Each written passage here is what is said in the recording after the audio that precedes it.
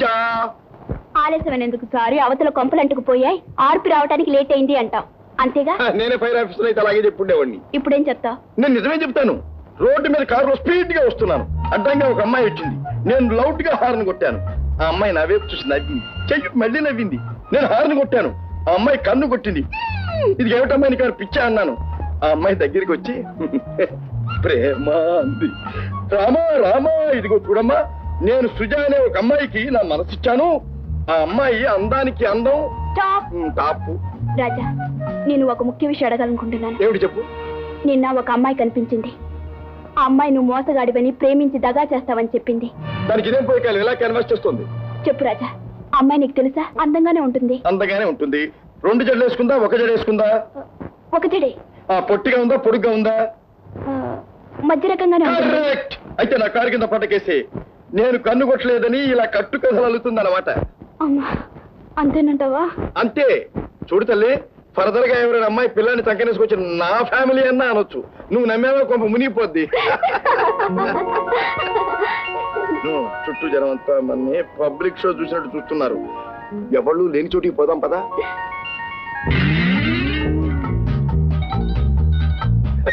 ఇక్కడ ఎవళ్ళు లేరు. స్ప్రింగ్ కూర్చో.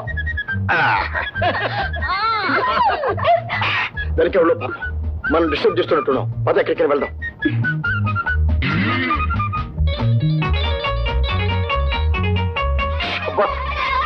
ఇంత బీచ్ ఉంది, కాస్త ఏకాంతం కూడా దొరికి చావటం లేదు. అక్కడ పోదాం పద.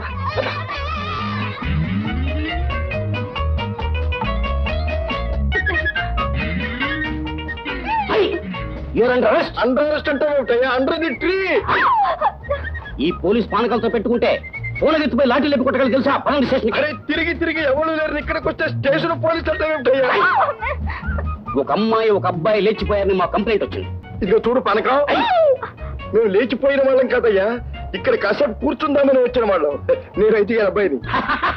ఏమిటో అవుతాడు పిచ్చా. అయ్యా, పొద్దు నుంచి పట్టుకున్న ప్రతివాడు నేనేజీ గరబ్బాయి అని చెప్తూనే ఉన్నాడు. ఈ ప్రకారం ఐజీ గారికి ఒక 25 మంది పిల్లన్నా ఉండాలి. ఐజీ గారి అబ్బాయి నేను సిఐడి సత్యం గారి చెల్లిందండి. అయితే నేను చీఫ్ మినిస్టర్ గారు మనం. అయితే మీ తాతయ్య గారికి నా నమస్కారం చెప్పండి. వస్తా. వాళ్ళ చెల్లెల్ని వీళ్ళ కొడుకుని వాళ్ళ బామది నేను చెప్పి నా దగ్గర తప్పించుకోవడానికి ఏమీ లాభం లేదు.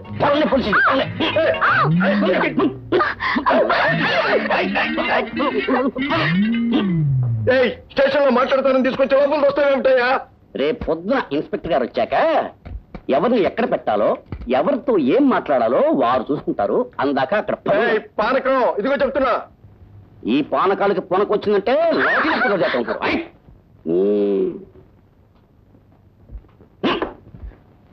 అబ్బా, చలి చలి ఎక్కువగా ఉంది. ఏమిటి చలేస్తుంది? నాకు దాహం వేస్తోంది. దాహం వేస్తుందా? అదిగో నీళ్ళు తీసుకొస్తాను. అమ్మమ్మ, కాళ్ళు చల్లగా ఉన్నాయి. అరే గ్లాస్ లేదే. గ్లాస్ కూడా పెడతాడు నీ కోసం. వాడు పక్క లాఠీతో కొడతాను. నీళ్ళు ఎక్కడో ఉన్నాయి. సరే ఏం చేద్దాం, తాగు. నీళ్ళ? ఏంటిది?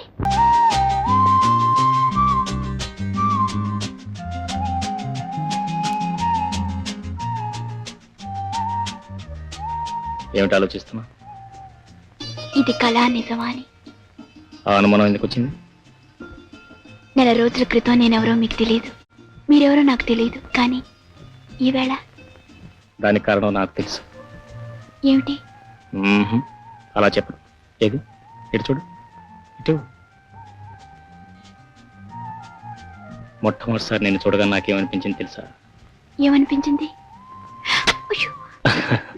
అది అనిపించింది. అవును, నన్ను చూడగా నీకు అనే అనిపించిందా? నాకేం అలా అనిపించలా. అమ్మ దొంగ, నిజం చెప్పు. ఏమండి, జీవితంలో ఎంతో పవిత్రమైన మొదటి రాత్రి హోటల్కి ఎందుకు తీసుకొచ్చారు? హాయిగా మన ఇంట్లోనే గడిపితే ఎంత ఆనందంగా ఉండేది, ఎంత తృప్తిగా ఉండేది. ఎందుకు అర్థం లేని ఖర్చులు?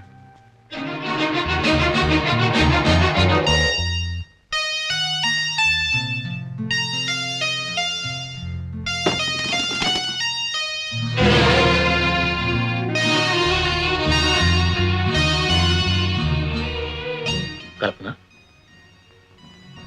కిరణ్, మామూలు మనుషులు కూడా ఇలాంటప్పుడు హనీమూన్ కి హిల్ స్టేషన్ కో వెళ్తారు.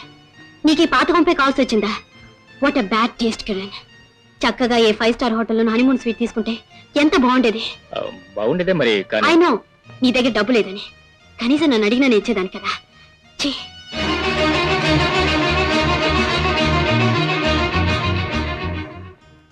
ఏమండి ఏమండి, ఏమిటి ఆలోచిస్తున్నారు? ఏ లోకంలో ఉన్నారండి? జ్యోతి, ఇన్నాళ్ళకి నా లోకంలోకి నేను కోరుకున్న మనిషి వచ్చింది. నువ్వు చెప్పింది నిజం. పద, మన ఇంటికి వెళ్దాం. ఇప్పుడే వెళ్దాం, రా.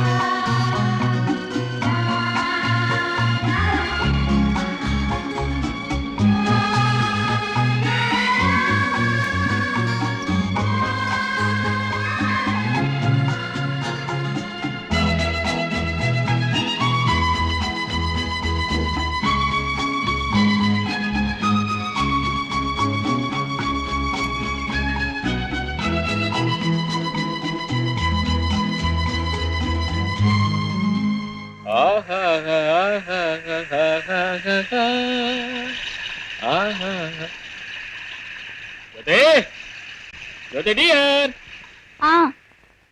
please come at once, immediately. ఏమిటండి, ఏం కావాలి? చాలా అర్జెంట్ పని, తలుపు తీసే ఉంది, ఒకసారి లోపల రా. లోపలికా? ఎమర్జెన్సీ, త్వరగా రావాలి, త్వరగా.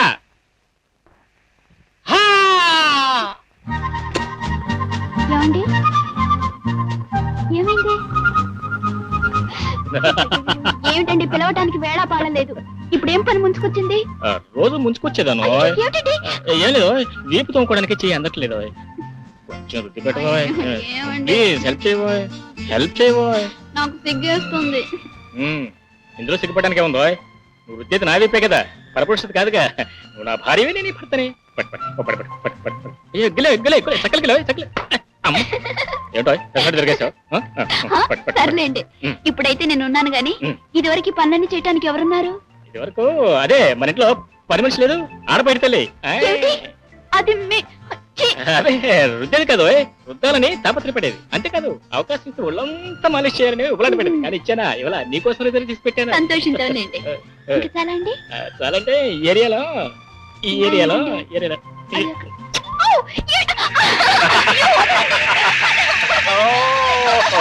జలకాలాటలలో ఏమి హాయిలే హలా, ఏమి హాయిలే హలా. చీరంతా తడిసిపోయింది. చీరలోనే తడిసిపోవడానికి తీసాయి. ఐ మీన్ పొడి చీర కట్టుకోవచ్చు.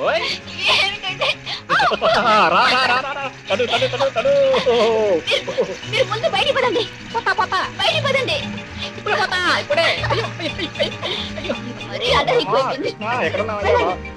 ఏ ఇల్లో ఏ సంసారం, స్వేచ్ఛగా స్నానం చేయడానికి వీల్లేదు. Bad wife bad life. అమ్మో, కలిపి మిగిలిపోయింది ఆయన.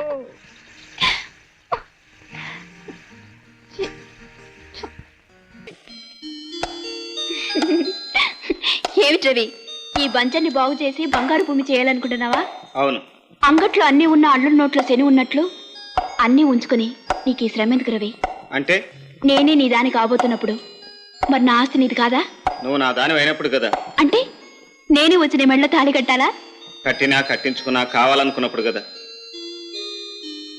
అయ్యా బ్రహ్మచారి గారు, మరి ఏ చెల్లి పెళ్లి చేయడానికి నీ వాయిదాలు? ఇది వాయిదా కాదు, తీర్మానం. ఏమని? ఈ జన్మకు పెళ్లి చేసుకోనను. రవి, క్షమించు పద్మ. కొండవాగుతో పాటు బండరాయి కూడా దూకుతుంది, కానీ అది పగిలి ముక్కలై ఇసకై వాగుతో పాటు సాగలేక ఎక్కడో చోట ఆగిపోతుంది. ప్రస్తుతం నా పరిస్థితి అంతే. నీతో పాటు నేను సాగలేను. రవి, నన్ను ఏడిపించడానికి ప్రయత్నిస్తున్నావా లేక నా ప్రేమను పరీక్షిస్తున్నావా? మనసున్న చోటే పరిహాసాలు పరీక్షలు పద్మ.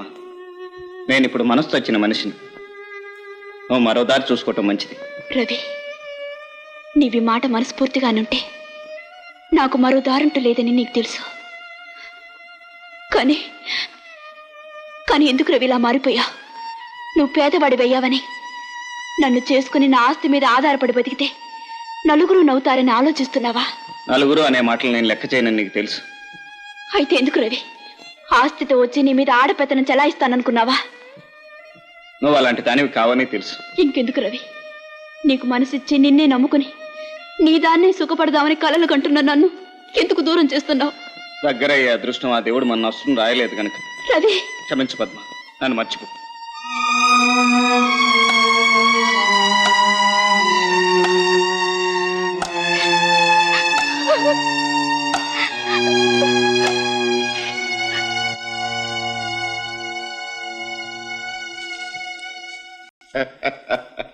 పద్మ, భూమే కాదు గుండ్రంగా ఉంది, ప్రేమ కూడా గుండ్రంగా ఉందని ఇప్పుడు నీకు అర్థమైందా? ఇంకా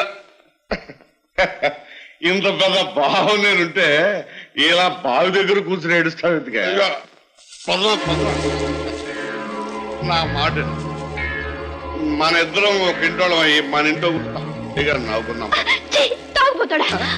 అమ్మని అమ్మ, ఇక నుంచి తాగుపోతా తిరిగిపోతా అన్నావంటే ఆబోతులు అయిపోతాను. జాగ్రత్త. నేను చెప్పిన మర్యాదగా నువ్వు నా కోసం పుట్టావు, నేను నీ కోసం పెరిగాను. నా మాట విన్నావా సరే, లేదా అమ్మని అమ్మ, వాడి అండ తగ్గినా దీని అన్నం తగ్గలేదు. దీని పోరాడు పరిస్థితి.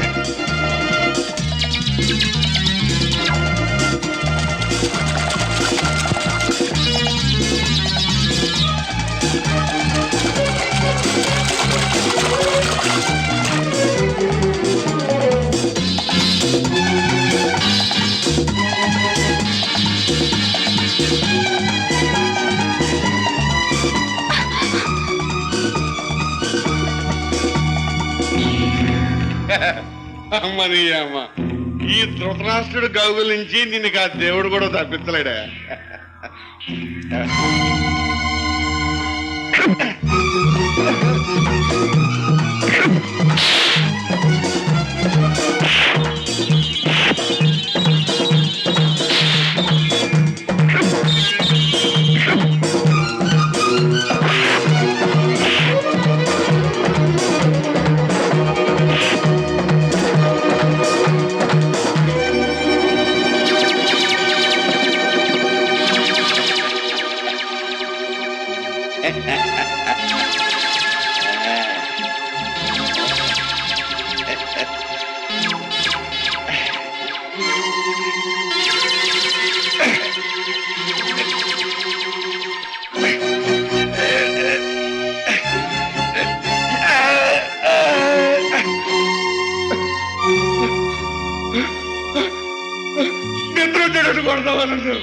తాగి ఒళ్ళు తెలియకుండా ఉన్నావు కాబట్టి బతికిపోయావు.